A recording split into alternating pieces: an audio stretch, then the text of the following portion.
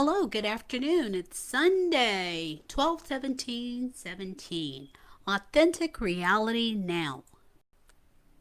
The new cycle of creation, authentic openings of 2018, and understanding your connection to the flower of life. This is a depiction of the flower of life. It's an ancient symbol that remains valid and is becoming even more prominent in our lives in this time stream. Convergence of spirituality, science, and history. Every round of greater clarity and understanding takes you both higher above, as into the dimensions from which we originate, and deeper within, because in your inner core is where your authentic blueprint and all that God has placed within you is and remains valid, viable, and a minute replica of what He desires for us.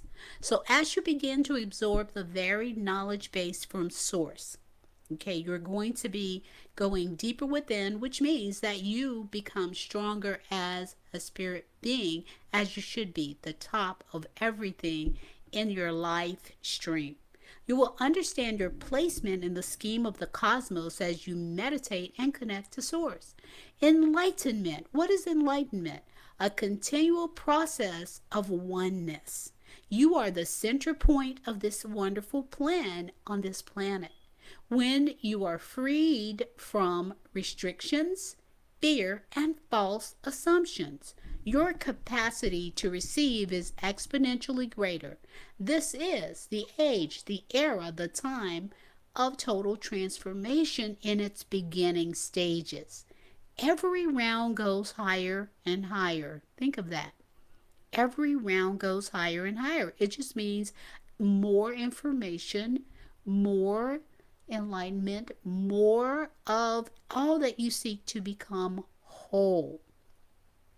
And this includes our ancestral past, how they laid a foundation for us.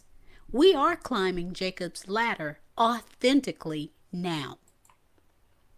The flower of life. I want you to ponder for a moment one of the many enduring symbols known commonly within the field of sacred geometry. Why is it called sacred? Because they know that it was a creation that came from the ultimate consciousness, the ultimate intellect, the ultimate, what we would describe as mind. See, the English language, or no language upon the earth, has the appropriate connotation for an action, a vision, a picture, a symbol. So the flower of life is a geometrical shape composed of multiple, evenly spaced, overlapping circles arranged in a flower-like pattern with six-fold symmetry, just like a hexagon. The perfect form, proportion, and harmony of the flower of life has been known to philosophers, architects, and artists around the world.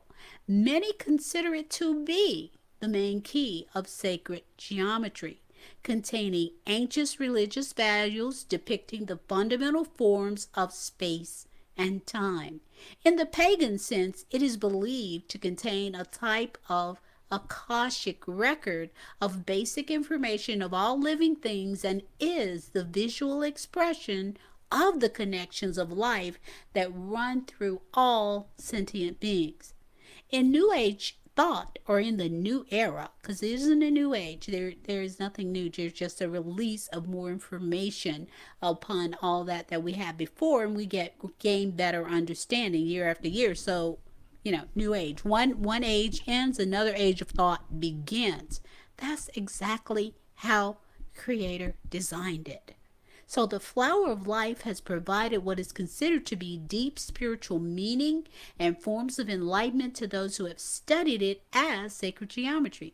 There are groups of people all over the world who derive particular beliefs and forms of meditation based, at least in part, on the flower of life. So the flower of life symbol represents important meaning to many throughout history. And I think in a couple of slides you will see where your historical background and understand that your ancestors also knew of the flower of life. This symbol can be found in manuscripts, temples, and art throughout cultures around the world. The most common form of the flower of life is a hexagonal pattern where the center of each circle is on the circumference of 6 surrounding circles of the same diameter, made up of 19 complete circles and 36 partial circles. In a circular circumference. It's really great. So I want you to look at this gold one. Just view it.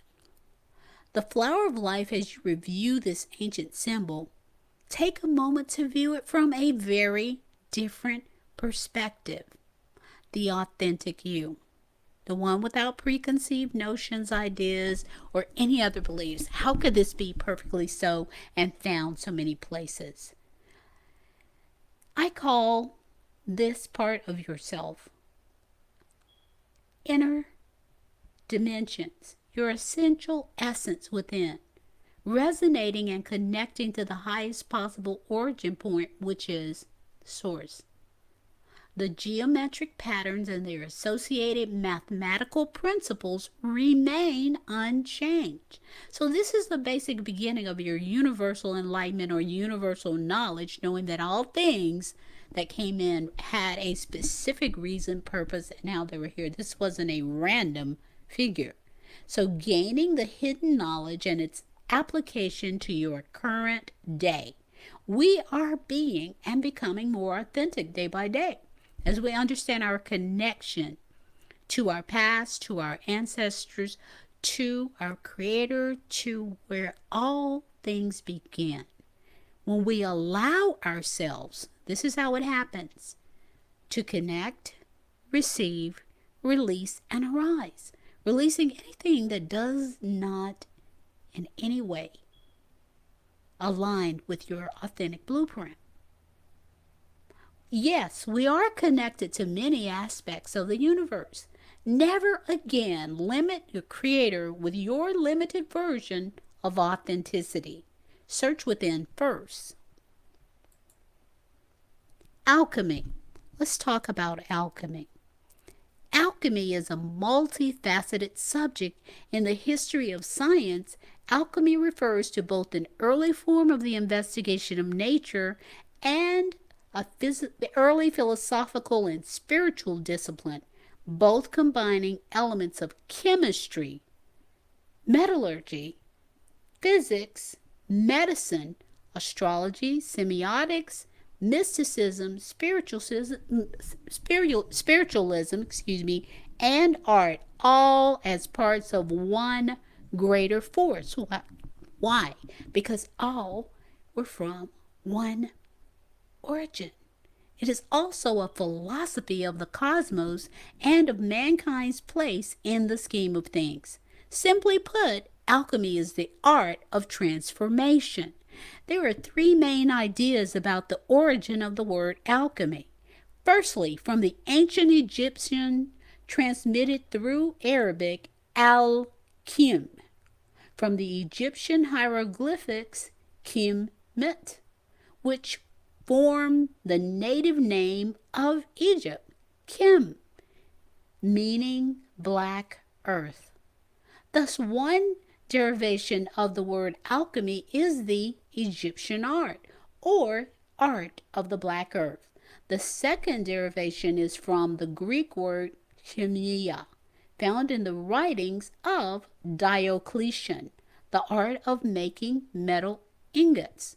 The third derivation is from the Greek word chemia, the art of extracting juices or infusion from plants, and thus herbal medicines and tinctures, from chumos, meaning juice.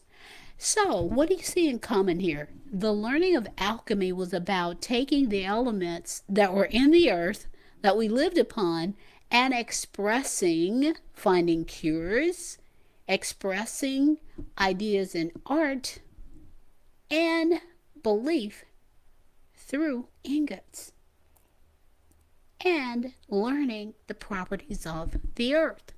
Great things to learn. No mojo, no mumbo jumbo. So, in short, alchemy is the art of transformation. Let's look at these ancient societies: ancient Egypt, Mesopotamia, India, China, Rome, Greece, Turkey, Persia, Korea, Japan, Muslim civilizations, Jerusalem, Africa, and Italy. I know you're saying Rome is in Italy. Rome, when I say Rome, I'm speaking of Roman Catholic Rome. That was the origin center for many of all of the ancient texts that were held in the region. How Italy learned was somewhat later. That information was not open. Okay, life streams, lifetimes. What's going on now? The deluge of a huge deluge, I should say, of knowledge, disclosure, and every encompassing new discovery. The ever encompassing new discoveries that we hear and see. So there's quantum everything. That brings us front and center in authentic reality, proving we play an important role in all things. Quantum is the instant miracle you've always wanted. Simply put, the idea that there is no objective static or always the same status of anything, as opposed to Newtonian models. And we now have documented evidence that at the quantum level, a wave can become a particle and vice versa, depending on the perspective of the person measuring it. That's from George Thomas. What does this mean to us? We are co-creators and co-contributors just as we were designed to be. So choices. We decide to accept the OOS. That's how this power over structure came into being for hundreds and thousands of years. Obvious outside sources. Go within, accessing the authentic core. This is the era of personal freedom from an authentic perspective, direct connection to source, so that your compass, your inner being, is made true. We are provided with possibilities and potentials based upon our choices. Remember, thoughts, actions produce what? Consequences. Align with your authentic blueprint now, and all things will become evident. Your awareness will continually heighten. Your perception will change. Authentic truth is powerful. Let's just ask yourself for a moment. If you are unhappy, if you're stressed out, if you are not receiving what you think you should, and you do have some wonderful rights, could you possibly be following the wrong plan? So what's the key to changing things? Cultivate openness. As Joseph Campbell would say, we must let go of the life we have planned so as to accept the one that is waiting for us. When we find our authentic blueprint, just a little, I don't mean everything in one day.